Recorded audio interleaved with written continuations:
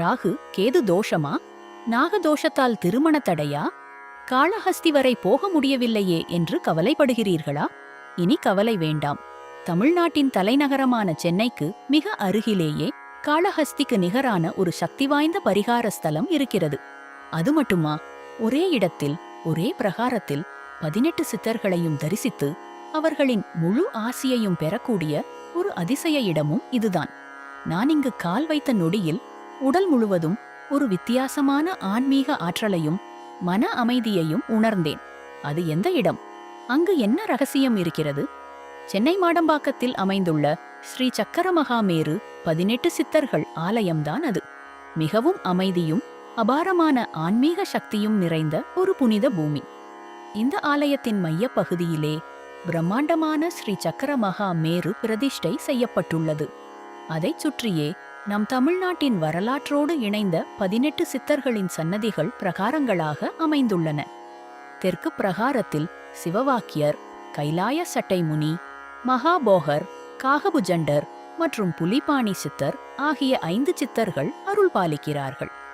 மேற்கு பிரகாரத்தில் கிழக்கு நோக்கி சட்டைமுனி சித்தர், அகப்பேய் சித்தர், அழுகண்ணி சித்தர், குதம்பை சித்தர், திருவருட்பிரகாச வள்ளலார், இடைக்காடர், பட்டினத்தார் மற்றும் கடுவெளி சித்தர் ஆகிய 8 சித்தர்களின் சன்னதிகள் அமைந்துள்ளன. வடக்கு பிரகாரத்தில் கஞ்சமலை சித்தர், சென்னிமலை சித்தர், கபிலர், கருவூரார் மற்றும் பாம்பாட்டி சித்தர் ஆகிய 5 சித்தர்கள் வீற்றிருக்கிறார்கள். இதில் ஒரு ஆச்சரியமான விஷயம் என்னவென்றால், வள்ளலார் சுமார் 200 ஆண்டுகளுக்கு முன்பும் பட்டினத்தார் சுமார் 600 ஆண்டுகளுக்கு முன்பும் வாழ்ந்தவர்கள். ஆனால் மற்ற சித்தர்கள் அனைவரும் பெரும்பாலும் 1000 ஆண்டுகளுக்கு முந்தைய காலத்தைச் சார்ந்தவர்கள் என நம்பப்படுகிறது. இத்தனை காலங்கடந்த ஞானிகளும் ஒரே இடத்தில் அருள்பாலிப்பது எவ்வளவு பெரிய விசேஷம்! இப்போது இந்த ஆலயத்தின் மிக முக்கியமான ராகு கேது பரிகார பகுதிக்கு வருவோம். ஆலய நுழைவாயிலின் வலது புறத்திலேயே சக்தி வாய்ந்த நாகராஜர் சன்னதி தனித்துவமாக அமைந்துள்ளது. இங்கு நாகதோஷம் மற்றும் காலசர்ப்ப தோஷங்களுக்கு மிகச் சிறந்த முறையில் பரிகாரங்கள் செய்யப்படுகின்றன. உங்களுக்கு ஒரு முக்கிய தகவல்: பலருக்கு கனவில் அடிக்கடி பாம்புகள் வருவது, பாம்பு கடிப்பது போல் பயமுறுத்தும் காட்சிகள் தோன்றுவது, அல்லது உடல் முழுவதும் நரம்புகளில் ஒரு அசாதாரணமான பதற்ற உணர்வு ஏற்படுவது போன்ற அனுபவங்கள் ஏற்படலாம். ஆன்மீக ரீதியாக பார்த்தால் இதுபோன்ற அறிகுறிகள் அனைத்தும் நாகதோஷத்தின் வெளிப்பாடு என்று சொல்லப்படுகிறது. அது மட்டுமில்லாமல் உங்களுடைய ஜாதகத்தில் ராகு அல்லது கேது பகவான் 2, 4, 7, 8, 12 ஆகிய இடங்களில் அமர்ந்திருந்தால் உங்களுக்கு தோஷ பாதிப்புகள் இருக்க வாய்ப்பு உண்டு. அப்படிப்பட்டவர்கள் எந்தவித தயக்கமும் இல்லாமல் முழு நம்பிக்கையுடன் இங்கு வந்து பரிகாரம் செய்து பலன் பெறலாம். செவ்வாய், வெள்ளி மற்றும் ஞாயிற்றுக்கிழமைகளில் வரக்கூடிய ராகு காலத்தில் இங்கு முறைப்படி முழு நம்பிக்கையுடன் பரிகாரம் செய்யும்போது தோஷங்கள் அனைத்தும் விலகி வாழ்க்கையில் பெரிய முன்னேற்றம் கிடைக்கும் என்பது இங்கு வரும் பக்தர்களின் அசைக்க முடியாத நம்பிக்கை.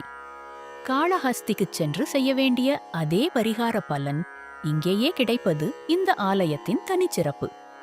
அடுத்ததாக, இந்த ஆலயம் உருவான கதை மிகவும் சுவாரஸ்யமானது. திருவண்ணாமலையில் வாழ்ந்த புகழ்பெற்ற மகா ஞானியான சத்குரு ஸ்ரீ சேஷாத்ரி சுவாமிகளின் தெய்வீக வழிகாட்டுதலின் பேரில் குருஜி ஸ்ரீ KVL என் சர்மா அவர்களால் இந்த ஆலயம் கட்டப்பட்டுள்ளது. இந்த மாபெரும் தலம் உருவாக காரணமான ஸ்ரீ சேஷாத்ரி சுவாமிகளின் சன்னதியும் இங்கு தனியாக அமைந்துள்ளது குறிப்பிடத்தக்கது.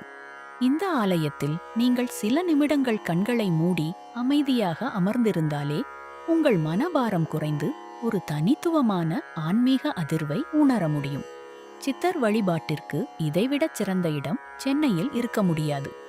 இன்னொரு சுவாரஸ்யமான விஷயம், இந்த ஆலயத்திற்கு மிக அருகிலேயே சுமார் 1100 ஆண்டுகளுக்கு முன்பு பராந்தக சோழன் காலத்தில் கட்டப்பட்ட வரலாற்றுச் சிறப்புமிக்க தேனுபுரீஸ்வரர் சிவன் கோவிலும் அமைந்துள்ளது.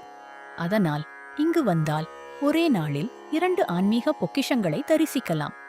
இப்படிப்பட்ட ஒரு அரிய ஆன்மீக தலம் நம் சென்னைக்கு அருகிலேயே இருப்பது நாம் செய்த பாக்கியம். நீங்களும் ஒருமுறை இந்த 18 சித்தர்கள் ஆலயத்திற்கு வந்து அந்த அமைதியையும் ஆன்மீக ஆற்றலையும் நேரில் உணர்ந்து பாருங்கள். இந்த வீடியோ உங்களுக்கு பயனுள்ளதாக இருந்திருக்கும் என்று நம்புகிறேன். இதுபோன்ற பல ஆன்மீக மற்றும் வரலாற்று தகவல்களை தெரிந்து கொள்ள நம்ம சேனலுக்கு சப்ஸ்கிரைப் செய்ய மறக்காதீர்கள். இந்த வீடியோவை உங்கள் நண்பர்கள் மற்றும் குடும்பத்தினருக்கு ஷேர் செய்யுங்கள். நீங்கள் ஏற்கனவே இந்த கோவிலுக்கு சென்றிருந்தால் உங்களது அனுபவத்தை கீழே கமெண்டில் சொல்லுங்கள். நன்றி, வணக்கம்.